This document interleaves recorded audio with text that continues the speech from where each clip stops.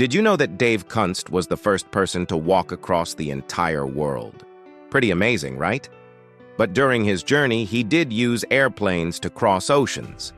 Now imagine someone who decides to go even further, to walk the entire planet, every single step, without any rides, without any help. Where imagination ends, Carl Bushby's journey begins. It's not 5,000 kilometers, not 10,000, not even 25,000.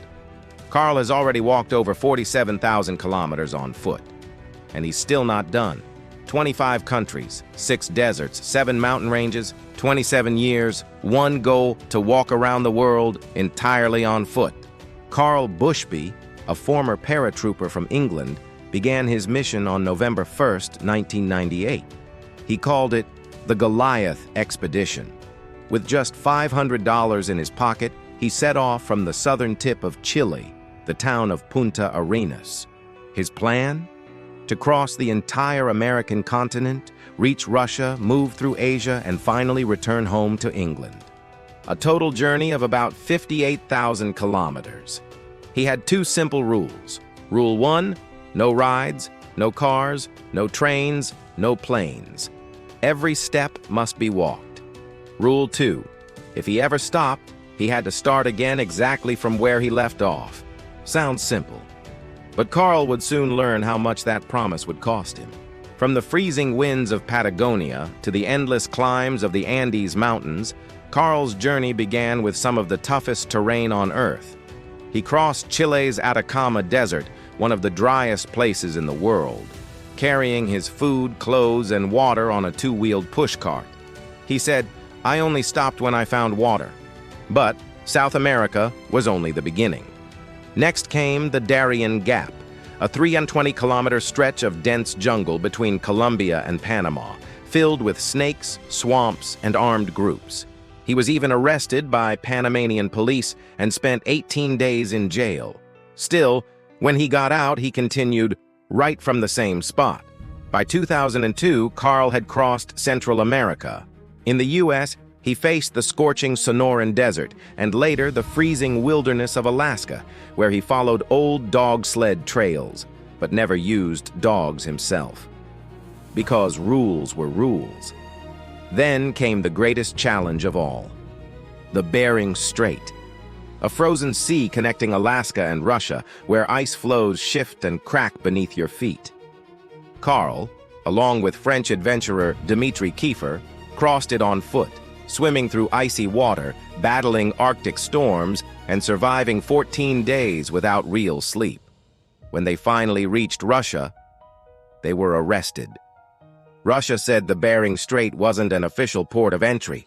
Carl was deported. But thanks to the help of British and Russian officials, he was later granted a visa, though only for 90 days at a time. Each time it expired, he had to leave and reapply, sometimes waiting months or even years. In 2008, his funding ran out. For 2 years, he was stuck in Mexico, but he never quit. When Russia banned him for 5 years in 2013, Carl walked 3,000 miles from Los Angeles to Washington, D.C. to protest outside the Russian embassy. That protest worked. The ban was lifted, and in 2014, Carl returned to Siberia, to the exact GPS point where he had stopped years earlier. From there, he crossed Mongolia, the Gobi Desert, and Central Asia through Kazakhstan, Uzbekistan, and Turkmenistan. But then came another barrier, the Iranian visa. During the pandemic, he was stranded again. So in 2022, Carl came up with a daring plan. If he couldn't walk through Iran, he would swim across the Caspian Sea. With a small kayak to carry his gear, he swam 6 hours a day, 3 in the morning, 3 at night, and slept on the kayak under the stars.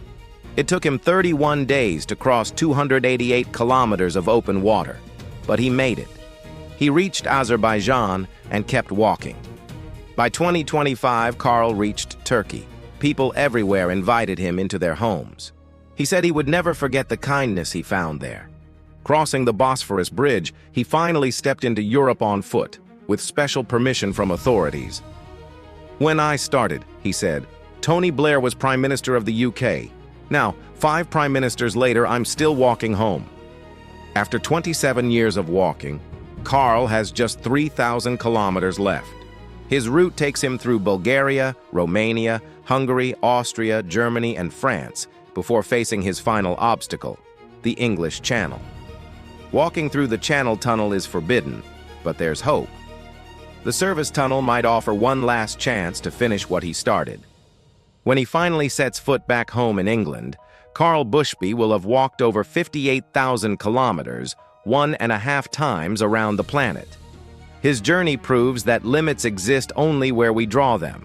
So, next time life feels stuck, remember Carl Bushby, the man who refused to stop walking. Because life doesn't stop, it just changes its path. Thanks for watching. This is AirDude. See you in the next incredible story.